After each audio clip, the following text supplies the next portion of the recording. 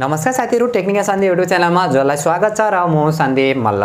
So guys, आजको भिडियोमा चाहिँ म कुरा गर्दै छु Xiaomi को Mi 11 Lite 4G को बारेमा। हाम्रो नेपाली बजारमा चाहिँ 4G मात्र लन्च हुने कन्फर्म भएको छ, तर यो स्मार्टफोन भने हामीले बाहिर 5G मा पनि देख्न मिल्छ। अलमोस्ट सेम टु सेम नै रहेको छ फिचर स्पेसिफिकेसन, हल्का यसको प्रोसेसरमा मात्र हामीले फरक देख्न मिलेको छ, नत्र भने सेम टु सेम नै रहेको छ। तर यो स्मार्टफोन भने आज 12 बजे पछि मात्र लन्च हुँदैछ। मैले चाहिँ पहिला नै भिडियो बनाइरहेको छु, किनभने 12 बजे पछि चाहिँ मेरो टाइम मिल्दैन भिडियो बनाउन। प्राइस लिक हुने बित्तिकै चाहिँ म डिस्क्रिप्सन र या तल कमेन्टमा पिन गरेर छोडिदिनेछु, गएर चेक गर्न सक्नुहुन्छ। मलाई जहाँसम्म लाग्छ अन्डर 40,000 मा नै हामीले यो स्मार्टफोनलाई चाहिँ देख्न सक्नेछ। सो आज यसैको बारेमा कुरा गर्नेछु, के फिचर स्पेसिफिकेसन रहेका छन् र मेरो पर्सनल ओपिनियन पनि शेयर गर्नेछु। त्यसैले भिडियो अन्तिमसम्म हेरेर जानकारी लिनु होला। र यदि आजको भिडियो चाहिँ मन परे भिडियोलाई लाइक गरेर तलपट्टि देख्न सक्नुहुन्छ रातो बटन, त्यसलाई थिचेर च्यानल सब्स्क्राइब गर्नु होला र साथमा रहेको नोटिफिकेसन बेल आइकनलाई दबाएर अल नोटिफिकेसनलाई पनि अन गर्नु होला, ताकि मैले जति पनि नयाँ भिडियो अपलोड गर्छु सबैभन्दा पहिला नोटिफिकेसन हजुरलाई मिल्नेछ।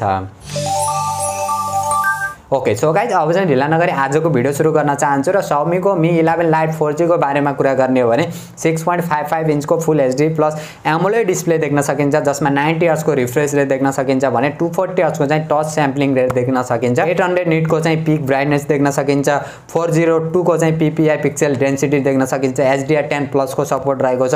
अगाडि पछाडि चाहिँ ग्लास को डिजाइन देख्न सकिन्छ। ओभरअलमा प्राइसिङलाई हेर्ने हो भने डिजाइन, डिस्प्ले र बिल्ड क्वालिटीमा चाहिँ कुनै कमी कमजोरी चाहिँ देख्न मिलेको छैन। र सफ्टवेयरको बारेमा कुरा गर्ने हो भने एन्ड्रोइड 11 देख्न सकिन्छ, MIUI 12 out of the box, Android experience पनि राम्रै देख्न सकिन्छ। हल्का फुल्का चाहिँ हामीले यसमा ब्लुटुथ चाहिँ देख्न मिल्छ, तर त्यसलाई मजाले पनि हामीले कस्टमाइज चाहिँ गर्न सकिन्छ। र प्रोसेसरको बारेमा कुरा गर्ने हो भने क्वालकमको स्न्यापड्रागन 732G चिपसेट प्रोसेसर देख्न सकिन्छ, जो 8 नैनोमिटर फेब्रिकेसन टेक्नोलोजीमा चाहिँ बनेको छ। एकदमै बबाल चाहिँ ग्यामी पर्फर्मेन्स पनि देख्न सकिन्छ। क्रायो 470 अक्टा कोर CPU देख्न सकिन्छ, जो 2.3 GHz मा चाहिँ क्लक रहेको छ। एड्रिनो 618 GPU देख्न सकिन्छ। पावर एफिसिएन्सी पनि एकदमै बबाल देख्न सकिन्छ। तर हामीले 5G वाला भेरिएन्टमा चाहिँ क्वालकमको स्न्यापड्रागन 750G चिपसेट प्रोसेसर देख्न सकिन्छ। यो चाहिँ 5 नैनोमिटर फेब्रिकेसनमा चाहिँ बनेको थियो। यो चाहिँ अलिकति पावरफुल रहेको छ, जसमा 5G को पनि सपोर्ट रहेको छ, त्यही मात्र फरक हो। नभए चाहिँ ओभरअल गेमिङ पर्फर्मेन्सको बारेमा कुरा गर्ने हो भने क्वालकमको स्न्यापड्रागन 732G मा पनि राम्रै हामीले देख्न सकिन्छ। र र्याम र स्टोरेजको बारेमा कुरा गर्ने हो भने LPDDR4X र्याम र UFS 2.2 को स्टोरेज देख्न सकिन्छ। यसलाई चाहिँ अलिकति अपग्रेड गरेर लन्च गरेको भए चाहिँ राम्रो मान्न सकिन्छ। UFS 3.1 को या UFS 3.0 को पनि स्टोरेज देख्न मिलेको भए पनि एकदमै बबाल चाहिँ मान्न सकिन्थ्यो।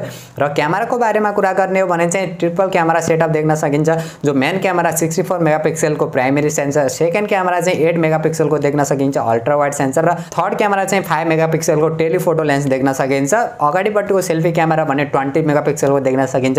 ओभरअल क्यामेरा फिचर र क्वालिटी पनि एकदमै दामी मान्न सकिन्छ। प्राइसिङलाई हेर्ने हो भने पछाडिबाट 4K भिडियो रेकर्ड गर्न सकिन्छ 30 FPS मा। अरु फिचरहरुको बारेमा कुरा गर्ने हो भने AI ब्युटी मोड देख्न सकिन्छ, नाइट मोड देख्न सकिन्छ, स्लो मोसनको भिडियो रेकर्डको अप्सन पनि देख्न सकिन्छ। यसमा भने हामीले साइड माउन्टेन फिंगरप्रिन्ट सेन्सर देख्न सकिन्छ, फेस अनलक सेन्सर देख्न सकिन्छ, हाइब्रिड SD कार्ड स्लटको चाहिँ सपोर्ट देख्न सकिन्छ, ड्युअल स्टिरियो स्पिकरको सपोर्ट देख्न सकिन्छ, प्रोक्सिमिटी सेन्सर, गाइरोस्कोप भयो, एयर ब्लास्टर भयो, अरु सानातिना सबै फिचरहरु चाहिँ हामीले यसमा देख्न सकिन्छ। 3.5 mm को हेडफोन ज्याक पनि देख्न सकिन्छ, जो हामीले 4G भेरिएन्टमा, जो एकदमै इन्ट्रेस्टिङ कुरा पनि हो। तर हामीले 5G भेरिएन्टमा चाहिँ 3.5 mm को हेडफोन ज्याक चाहिँ देख्न मिल्दैन। र ब्याट्रीको कुरा गर्ने हो भने चाहिँ 4250 mAh को ब्याट्री देख्न सकिन्छ, 33 वाट को fast charger, USB type C port देख्न सकिन्छ। ब्याट्री ब्याकअप चाहिँ अलिकति कम चाहिँ देख्न मिल्छ, तर पनि फास्ट चार्जर देख्न मिल्छ। त्यसको कम्बिनेसनले गर्दा त्यस्तो खासै प्रब्लम चाहिँ हामीले देख्न मिल्ने छैन ब्याट्री ब्याकअपलाई लिएर। र भेरिएन्टको बारेमा कुरा गर्ने हो भने चाहिँ हाम्रो नेपाली बजारमा चाहिँ दुईवटा भेरिएन्टमा चाहिँ देख्न मिल्ने चाहिँ सम्भावना चाहिँ रहेको छ। अब 12 बजे पछि चाहिँ म डिस्क्रिप्सन र तल कमेन्टमा चाहिँ पिन गरेर राखिदिनेछु, गएर चेक गर्न सक्नुहुन्छ। तर 6GB प्लस 128GB र 8GB प्लस 128GB वाला चाहिँ देख्न मिलेको छ बाहिर चाहिँ। तर हाम्रो नेपाली बजारमा हेरौँ, अब एउटा मात्र भेरिएन्ट पनि लन्च हुन सक्छ। र प्राइसिङको बारेमा कुरा गर्ने हो भने अघि पनि मैले भनिसके अन्डर 40,000 मा चाहिँ हामीले देख्न मिल्ने छ, जो एउटा भेरिएन्ट, जो यसको 6GB प्लस 128GB को भने हामीले 35 देखि 45,000 को बीचमा चाहिँ देख्न मिल्ने छ भने, जो यसको हायर भेरिएन्ट रहेको छ 45 देखि 55,000 को चाहिँ बीचमा देख्न मिल्ने छ। अब हेरौँ कुन भेरिएन्ट वाला चाहिँ लन्च हुन्छ। लन्च हुने बित्तिकै मैले भनिसके तल कमेन्टमा र या डिस्क्रिप्सनमा पिन गरेर चाहिँ राखिदिनेछु। सो गाइज, यही थियो Xiaomi को Mi 11 Lite 4G को ओभरअल डिजाइन फिचर र स्पेसिफिकेसन र मेरो पर्सनल ओपिनियनको बारेमा कुरा गर्ने हो भने मलाई चाहिँ एकदमै मन परेको छ यो स्मार्टफोन। एकदमै पातलो स्मार्टफोन रहेको छ। अघि पनि मैले भनिसकेँ दुनियाको सबैभन्दा पातलो स्मार्टफोन रहेको छ। एकदमै हल्का लाइट वेट स्मार्टफोन हो।